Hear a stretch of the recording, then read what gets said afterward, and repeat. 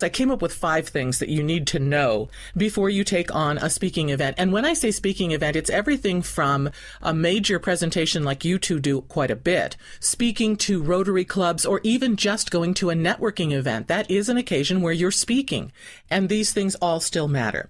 The 5 things, and I'll say them quickly and we'll go back over them, are know why you are doing the speech, the talk, the presentation, or going to the networking event.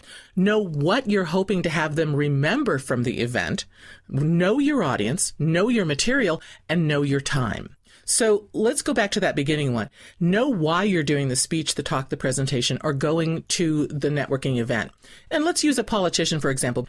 Are you going to get them to ask to donate money? Are you going to ask for their vote? Are you going to ask for people to volunteer? You're going to structure your speech differently for each of those situations.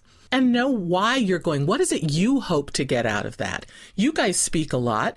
Is it that you want to increase the visibility of the experienced pros? Is that often why you do a speech? Often, and then we try and add in a value to it, that they got something out of it, that they learned something.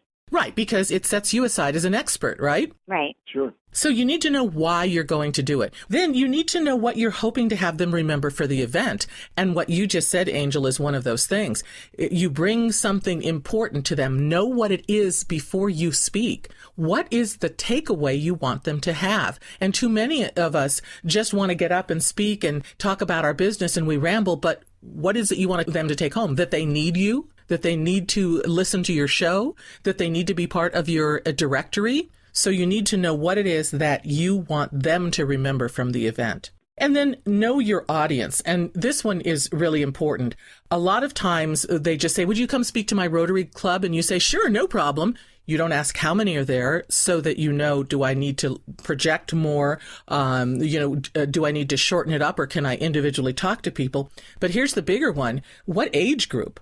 So, for example, I tell a story about when I'm on the radio and how I get happy in the morning, because you know what it's like. Sometimes you just aren't there, right? Right. And I use this example. I tell them, you can tell how bad my morning is by how much Bob Seger I play. But if I have a young audience, they don't know who I'm talking about. So I have to know ahead of time that I'm going to substitute by how much Pitbull I play. So you need to know your audience. Then you need to know your material. And this is a lot of what you both were talking about that makes you cringe, right? Right. They don't practice.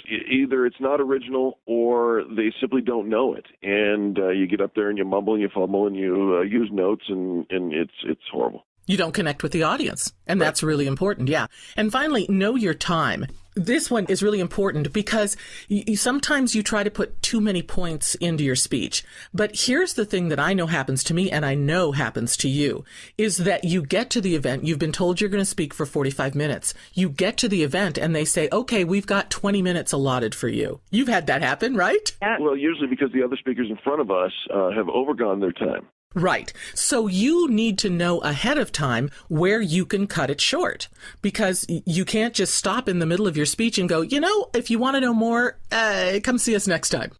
Pam, this draws right back to the last one, knowing your material. If you know your material, then you're intimately aware of what is filler, or what is color, if you will, on your in your presentation, and what is absolutely critical. And so you can go, we can take the same presentation, Angel and I can, and go 5 minutes or an hour, depending on what we include or cut out. But let me just address your time issue here, because if you know your time, if you're given 20 minutes, that means 19 minutes and 30 seconds. Yes. It does not mean 20 minutes and 1 second.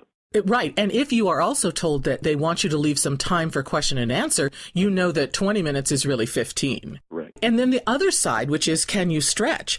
About a year ago, I spoke to the Colorado Businesswomen's Association at their state conference, and one of their speakers didn't show up, and I was scheduled to do 45 minutes, and they said, can you do an hour and a half? And so you've got to be ready to do that. This is where you define yourself as an expert or expose yourself as something other. And boy, Pam, I think it's a brilliant, the 5 no's. Let me go over them again real quick. Know why you're doing your speech, your talk, presentation, or going to a networking event. Know what you're hoping to have them remember from the event. Know your audience, know your material, and know your time. Be able to stretch or cut. I love it. I love it.